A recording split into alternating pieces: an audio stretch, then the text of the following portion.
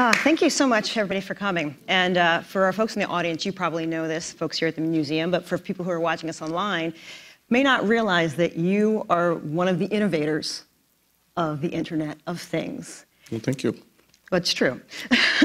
And you've described the Internet of Things as not a technology or a platform, but a way of thinking. Can you explain that? Yeah, you know, it's interesting. People say, can I buy the Internet of Things? No, you can't. I'm sorry, there's no store that sells the Internet of Things. Think of it like electricity. Think of architecture, building architecture, before we had electricity. Lighting, you had to have candles, and it had to be accessible, and someone had to go light the candles. There were no elevators, there were no escalators.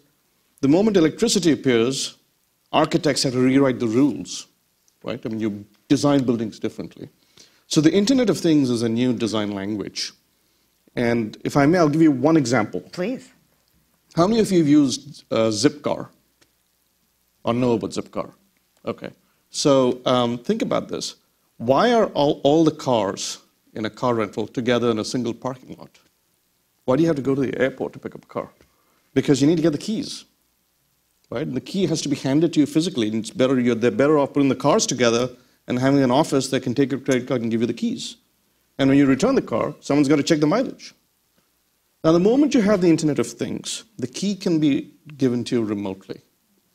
And the mileage can be checked remotely. And what happens? Bam, Zipcar, which is the car is where you need it to be. So that's sort of where it comes from. How has the way we, the collective, we approach the Internet of Things different than you anticipated? I think we're doing it very incrementally. It's fundamental redesign, right? I mean, think about this. You're Avis, you have the Internet of Things, you go, maybe I can track the car and get data, right? You're Robin Chase, who's an alumna of MIT, and she goes, no. I need cars in parking lots, in grocery stores, next to people's homes, so they can just pick them up and go. So you got to really rethink the way you do things.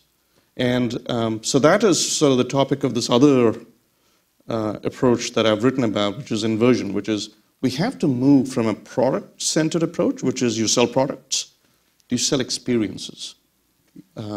It's very creative, what you describe. It is. I think it sets you free, you know, sort of you can really rethink things. I mean, Uber, to me, you know, the way Uber was founded, the two founders were in Paris, they can get a taxi, and one turns to the other and says, I wish I could do this, and a car showed up, right? And then they realized that they could do it.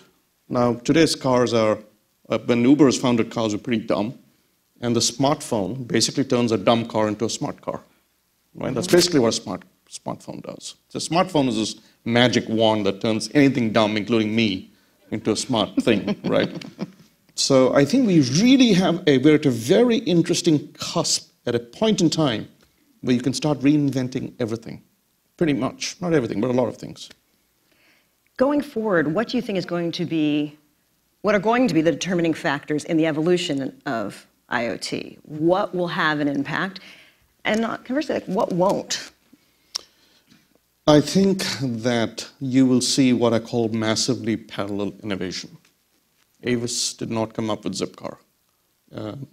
Two innovators came up with Zipcar. The Marriott didn't come up with Airbnb, right? By the way, Airbnb is this inverted thinking I talk about, where you work on the experience. One of the things I say about IoT is, trust me, if you think in this way, IoT will be useful. So with Airbnb, do you want to meet the person every time outside your room, outside your house when you give them the key? Well, smart locks are much more convenient. So eventually it went IoT. So it will happen naturally. My feeling is that this will be thousands of little innovations that slowly transform everything we do. And I'm not seeing the big companies even recognize this. You know, I used to make fun of Ford, but then Ford seems to have recognized it, and they recently acquired a company called Chariot, which is sort of a Uber pool for vans, basically. Right, so they're getting it. They're getting it. So I think we'll see an unleashing of crowd innovation. You've also said to businesses, you can't wait and see and think about this. Really, this is just moving too fast. Yeah. You know, it's sort of like Usain Bolt, right? Usain Bolt knows when he's doing a 100 meters dash, he needs to be far faster than the two guys, one to his right, one to his left, right? Except you're going to be sideswiped by a race that's at 90 degrees to you, right? So what I mean by that is when Uber was founded, people thought it would compete with taxis, right? And the statistics are that I think Uber sales in San Francisco, the taxi sales were like $200 billion. And after Uber was founded, taxis went down to 120, and Uber is 500 million. So the total was 620 million. So yeah, it hurt taxis. But really whom they were competing with was Ford and Toyota, right? So you get sideswiped. You think you're competing with taxi companies, but actually it's coming from a different direction completely. I mean, the smartphone wasn't supposed to kill Canon or Minolta, but it did. So I think there's a sort of a old mindset that somehow we're going to play by the rules and we'll compete by the rules. I'm sorry, that's not the future. The future is you can't sit around. You got to be really paranoid. But it's interesting the way you describe the competition. So I work in the news business, and the two young women who founded The Skim, someone asked, who's your competition? Is it Good Morning America? Is it CBS This Morning? He said, no, it's time. Yeah. It's other people. We're fighting for people's time. That's exactly right. So in terms of the Internet of Things, when you think about competition, if you're a business person sitting out here and you want to get involved with the Internet of Things, how should you think about competition? Here's how I'll put it. Let's take the most banal business you can think of.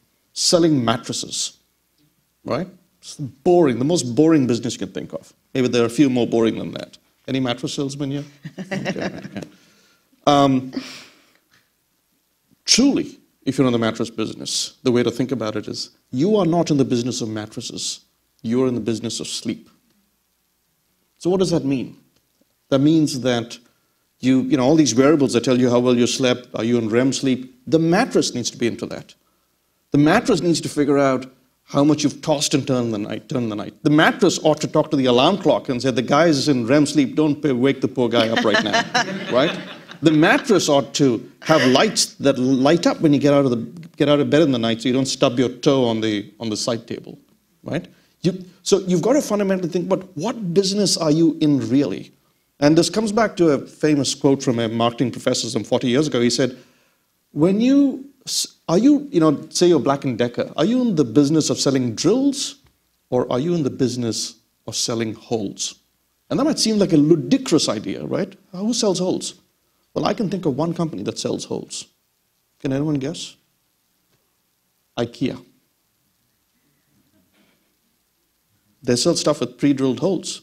So in a weird way, they compete with Black & Decker, right? So that's the way to think about it. Man. You're blowing minds. Everyone's like, so what does this mean for the consumer? I think we're all going to become makers and creators and life hackers. We're already doing it. You know, just before I have to rush back home to meet my kid. And by the way, I was tracking her on her iPhone. Of course. Good Privacy dad. violation, okay. But I ordered an Uber, which is going to be waiting for me downstairs. We're adapting. And these are silent assistants that will make our lives safer, healthier, better. While we, of course, completely give up our privacy. That's a whole other story. But that's another panel. That's the next panel. When you were describing earlier, the first answer you mentioned an architecture and a kind of language. Is there going to be a common architecture? Is this going to be a common language? And who is going to be responsible for that? Well, so there will be many bad architectures. There are already many bad architectures. Cybersecurity is an extraordinary threat. We're not taking it seriously. The government's not taking it seriously. Unfortunately, you will see a nuclear plant hijacked or a power plant hijacked. You'll see it. There have already been warnings. And we're still, Equifax is nothing, right? So we're not taking it seriously. In fact, there is, I think, a clear architecture.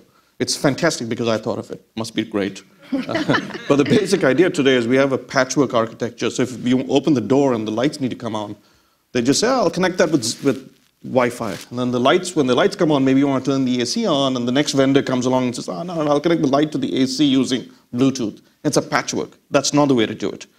The way to think about it, in my view, is the real world will be mirrored in the cloud by an avatar world. So every light will have an avatar light. a guardian angel, right? Every door will have an avatar door. And so when you open the door, the avatar door knows, it opened. The other term for this is digital twins. And it's the digital twin, that door, that talks to the light. The reason is, if you replace the light bulb, you're not breaking a connection. You're just reinitiating it to the cloud. So now this won't work for real-time things. If you press your brake, you don't want the cloud involved before the brake actually actuates, right? You don't want the pedal to talk to the cloud and come back and then.